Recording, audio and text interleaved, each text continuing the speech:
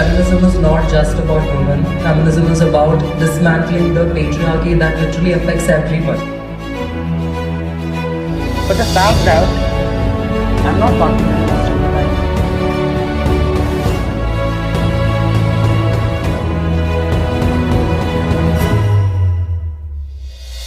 నమస్తే folks, welcome to my channel. Folks, కొంతమందికి అవసరం ఉన్నప్పుడే మనల్ని పలకరిస్తే చిరాకు పడకండి. ఎందుకంటే అంధకారంలో ఉన్న వారికి మీరే ఆశాకిరణం కావచ్చు. అసలు నేను ఈ మాట చెప్పడానికి గల కారణం social media sensation Riyaz Saleem. ఈ మధ్య యూట్యూబ్, ఇన్స్టాగ్రామ్, ఫేస్బుక్ ఏది ఓపెన్ చేసినా ఒక వ్యక్తి యొక్క రీల్సే తరచూ దర్శనమిస్తున్నాయి.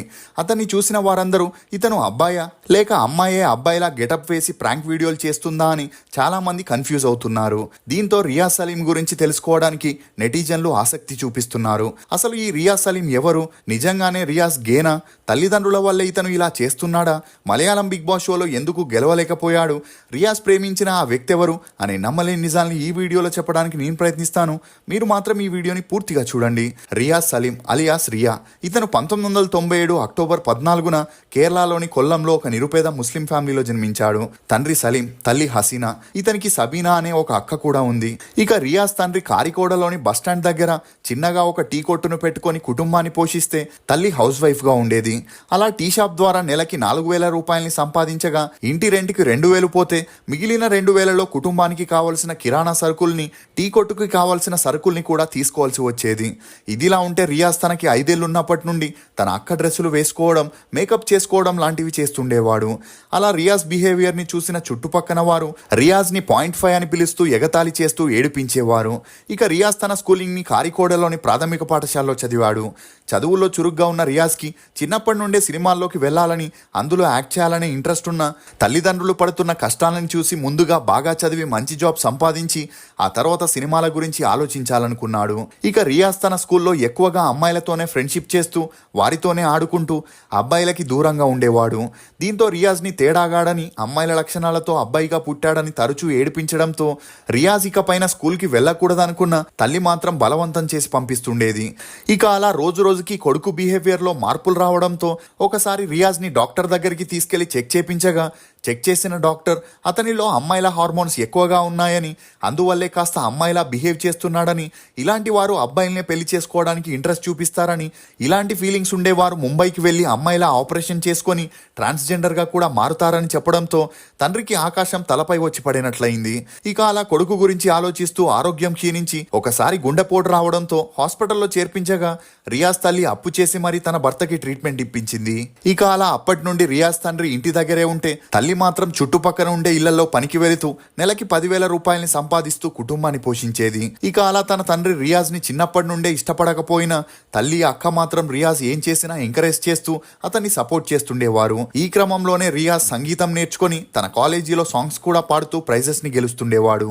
ఇక అలా రియాజ్ కి తన క్లాస్మేట్ వినయ్ తో మంచి పరిచయం పెరిగి ఆ పరిచయం కాస్త నిదానంగా స్నేహంగా మారి వీరిద్దరూ ప్రేమలో పడ్డారు. దీంతో కాలేజ్ డేస్ నుండే రియాజ్ అమ్మాయిల లిప్స్టిక్, మేకప్, ఐ షాడోస్ వేసుకుంటూ ల్యాషెస్ ని పెట్టుకొని వినయ్ తో కాలేజ్ కి వెళ్లడంతో వీరిద్దరిని చూసి కాలేజ్ మొత్తం నవ్వుతూ ఉండేది.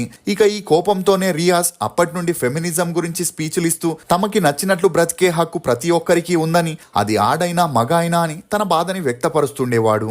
ఇక ఇదిలా ఉంటే కొల్లంలోని టీకేఎం ఇన్స్టిట్యూట్ ఆఫ్ టెక్నాలజీలో రియాజ్ తన బీటెక్ ని చదువుతున్న సమయంలో ఇండియాలో టిక్ టాక్ యాప్ లాంచ్ అయి దాని ద్వారా చాలా మంది ఫేమస్ అవ్వడం చూసిన రియాజ్ తను కూడా టిక్ టాక్ చేస్తూ పాపులర్ అవ్వాలని ఒక అకౌంట్ ని క్రియేట్ చేసి ఉమెన్ ఓరియంటెడ్ వీడియోస్ చేస్తూ అమ్మాయిల డ్రెస్లు వేసుకొని కనిపించడం, తన పేరుని కూడా రియాజ్ నుండి రియాగా మార్చుకోవడంతో ఇతని వీడియోస్ చూసే వారందరూ అమ్మాయా అబ్బాయా అనే కన్ఫ్యూజన్ లో ఆ వీడియోస్ ని కేరళలో వైరల్ చేసేవారు. దీంతో తన బీటెక్ పూర్తవగానే జాబ్ చేయడం ఇష్టం లేని రియాజ్ మేకప్ ఆర్టిస్ట్ గా మారి సెలబ్రిటీస్ కి మేకప్ చేయాలని డిసైడ్ అయ్యాడు.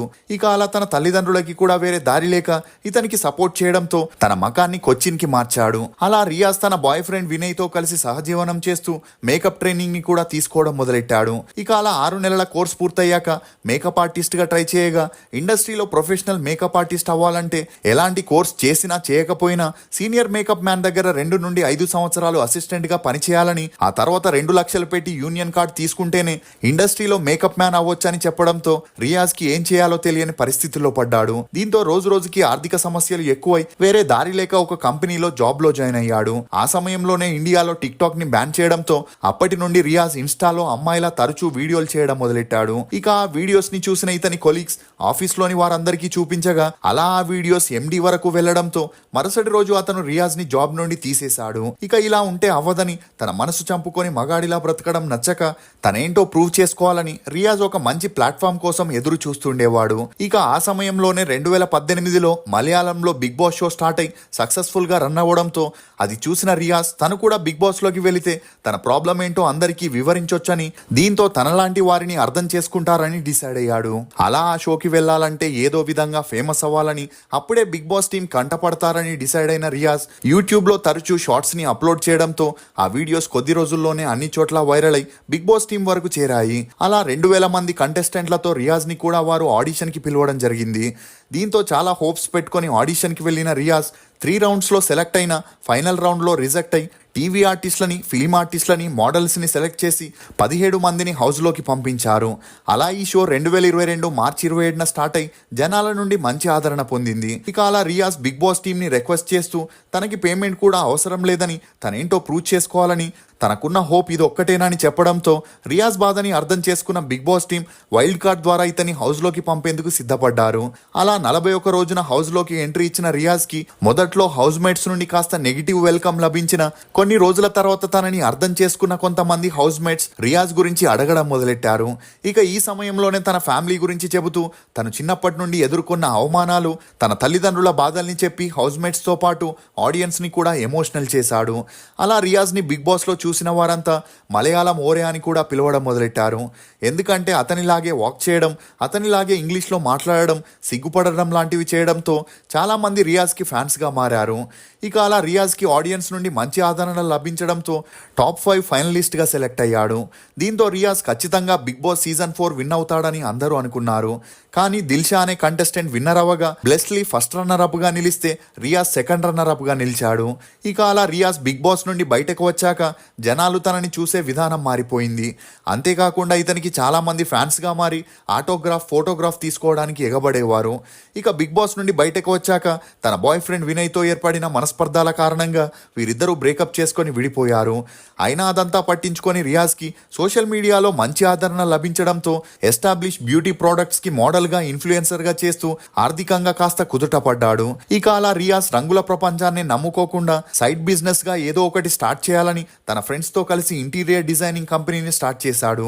అంతేకాకుండా తను ఎలాగైనా హిందీ బిగ్ బాస్ లోకి వెళ్లి నేషనల్ లెవెల్లో ఫేమస్ అయితే సెలబ్రిటీ మేకప్ ఆర్టిస్ట్ గా చేస్తూ మరోవైపు ఇంటీరియర్ డిజైనర్ గా బాంబేలో స్థిరపడొచ్చని రియాజ్ 2023 నుండి హిందీ బిగ్ బాస్ లో ట్రై చేస్తున్నప్పటికీ ఇప్పటికీ ఇతనికి అందులో ఛాన్స్ దొరకట్లేదు. ఇదిలా ఉంటే కొన్ని ఇంటర్వ్యూస్ లో రియాజ్ ని అమ్మాయిలా మేకప్ చేసుకోవడం, హెయిర్ స్టైల్, డ్రెస్లు వేసుకోవడం మీకు చాలా ఇంట్రెస్టింగ్ గా ఉంది కాబట్టి ఫ్యూచర్లో మీరు అమ్మాయిలా మారే ఛాన్స్ ఉందా అని అడగగా అందుకు రియాజ్ దీని గురించి తాను ఇప్పుడే చెప్పలేనని, కానీ తనకి నచ్చినట్లు బ్రతుకుతానని చెప్పడంతో ఇప్పుడు రియాజ్ వ్యాఖ్యలు వైరల్ గా మారాయి. ఫోక్స్, అందరి కష్టాల్లో అండగా నిలబడే వ్యక్తికి కష్టం వచ్చినప్పుడు తోడుగా నిలబడడానికి ఎవరు ఉండరు. ఈ మాట కాస్త చేదుగా ఉన్నా ఇదే పచ్చి నిజం. ఇది ఫోక్స్ రియాజ్ సలీం గురించి కొన్ని నమ్మలేని నిజాలు. ఈ వీడియో మీద మీ అభిప్రాయాన్ని కమెంట్ సెక్షన్ లో తప్పకుండా తెలియజేయండి. మేము చేసిన ఈ వీడియో మీకు నచ్చినట్లయితే ఒక లైక్ ద్వారా మీ సపోర్ట్ ని మాకు తెలియజేయండి. For more interesting videos please subscribe to CR voice. Thank you.